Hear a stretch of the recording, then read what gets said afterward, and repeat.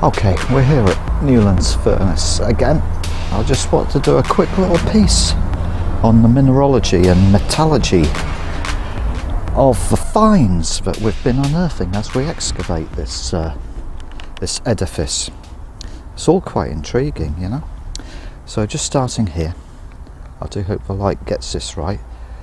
We have a sort of vitrified slag. That's quite typical, although it comes in different hues, blues and greens, bluey greens. Here we have a piece which is quite sort of aerated or gasified, so that's actually quite light. Here's a sort of slaggy stroke iron conglomerate. Here, if you can see how glassy and vitrified this is, just put my hand there for scale. It's quite a big chunk. You know, this is one of the bigger chunks that comes out. It's all quite intriguing. To me, this is quite typical, this sort of sized chunk where it's almost like broken glass, you know, except it's not glass, it's slag, vitrified material from the cast. There. Again, this is quite turquoisey, quite elegant, that piece, isn't it? Here comes a special piece. Look at this. That almost looks like, is it zirconium? I just need to find me the mother lode and open me a little mine. Strike the vein. So I imagine that's come from perhaps some impurities in either the fuel, the iron ore, or the limestone, which is put in, and it's just manifested itself in this sort of glossy, cheap jewellery kind of sheeniness, you know. Here's another aerated piece. Very, very light it is, very light. You know, that is not quite feather light. What could I liken it to? I don't know. Dry sponge or something. There's an iron piece, iron and slag. There's another piece of slag. I do hope the sheen is coming out on this footage. Now here you see it's got a flat, and then it goes into a more ruckle ground, like part of it was either run out onto a flat stone or was pasted up partly on a flat stone or something of that ilk. Who knows? This is just, I suppose, stuff from which the furnace man, you know, the founder could say, ah, yeah, that's just right, or we need a bit more blinking heat in the next one, lads, or, you know, whatever. I don't know what conclusions they would have drawn from these, you know, exhibits. That's hugely heavy. That is, that's as heavy as solid iron could possibly be, you know. Part of a Mozzer, I suspect. Here we have some crumbled bits. I think that was all one piece originally, and it's just sort of weathered and broken itself into little globular. Oh, there's a piece just beginning to fall off there. Look, see, it's so crumbly.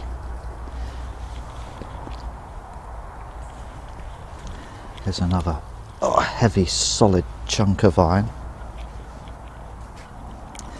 Here we have a Mozzer. You see it's got this sort of mollusk kind of dome. This is inverted, actually. Well, as I perceive it, I'll explain in a second. And these Mozzers, they're all over the place near furnaces and ironworks. Forges. But what I believe them to be, this is just me speculating, just a theory,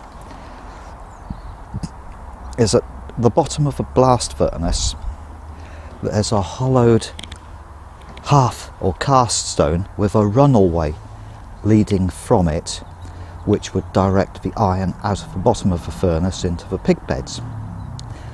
Now at the head of that runnel-way was a sort of dish-like impression in the stone, a bit like a bowl, if you will. And I think this, it's just my theory, is that Mozzers are the pasty iron that was left at the last part of the run out, whereby the iron had cooled to such a degree that it was no longer fluid but beginning to get, let's say, pasty, and whilst it assumed the shape of the bowl in the half stone, it was fluid enough to adopt the form but not fluid enough to run out, if you get what I'm trying to say. So perhaps at the end of each blast, or maybe it only happened at the end of each campaign, you'd have, I believe, a Mozzer left filling that bowl-shaped depression in the half stone, which would be there, and when you relined the furnace, you'd have to either pry bar this up and chuck it away. Hence Mozzers. That's just my theory. It's just my theory.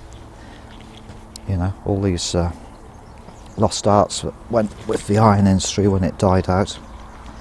Here we have an interesting sort of pudding stone. You can see it's got sort of a very sort of white milk chocolate slag mixed in with iron and such forth. You can see the scale of it with my hand.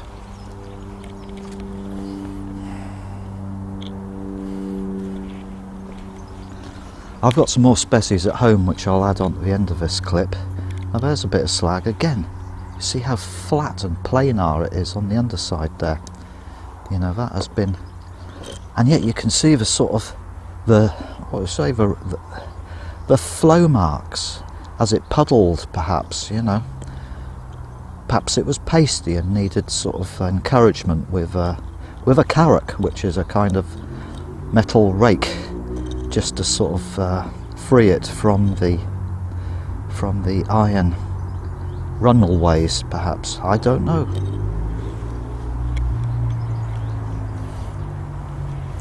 And here we have some good juicy stuff. You know, this is like Aussie opal bloody hunters, isn't it? This looks like opal. I always call it Newland opal, this rock, because it adopts some, you know, intriguing blues, hues, greens and that kind of thing. And look at this big, huge, juicy specimen. You see it's got, you know, a sort of vitrified crystalline form, which puts me in mind of opal, that's all I'm saying. And actually in some of these pockets here, there's little, I think these are loosened up with being out in the weather. They appear to be little particles of charcoal. There's another one there, for example. A little bit of charcoal. That, yeah, you see that there? That's charcoal.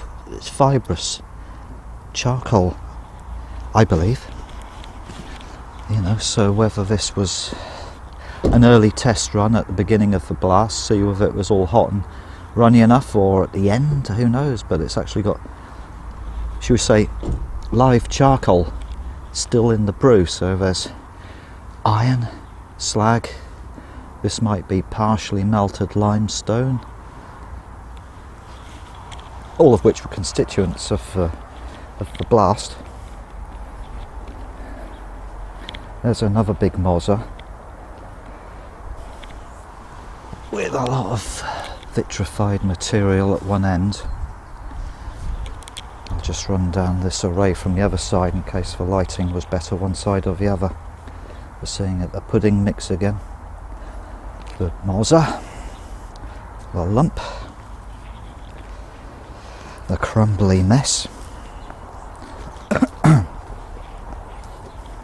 Oh yes, that piece of timber, incidentally, believing it to be a shovel.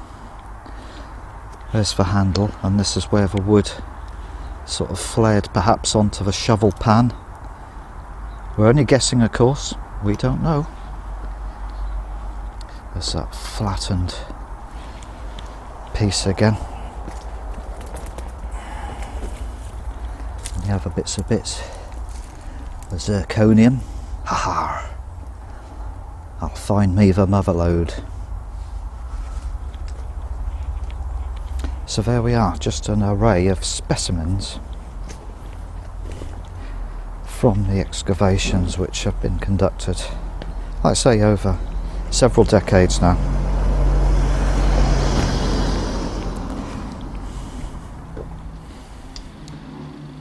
And here we have some further specimens from the furnace that I've picked out as the digging continues, and brought them home to wash them up and that sort of thing. Now, a lot of the slag coming from the furnace is this blue variety or the black. You see, it's very glass-like.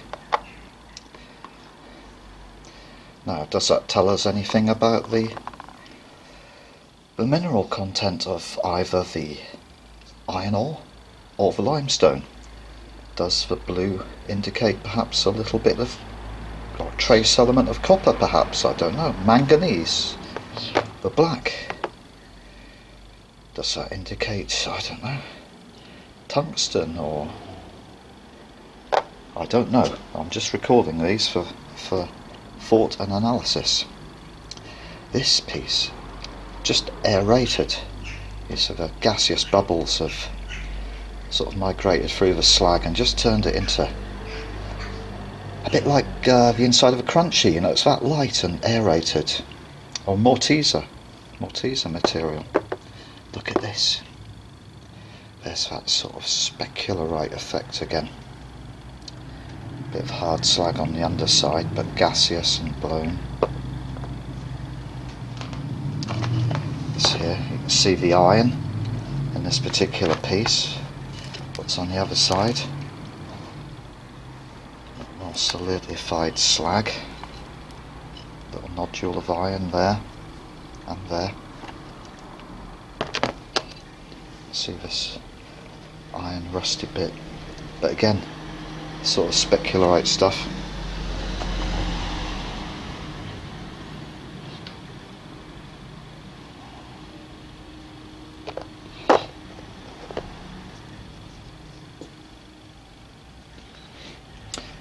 Yeah.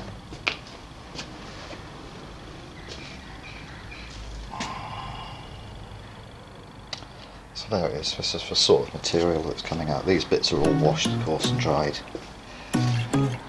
Just to bring out the lustre and beauty of them. Beauty, is that the right word? They're interesting, let's put it that way. Okay, well, thank you very much for watching. Newland Minerals.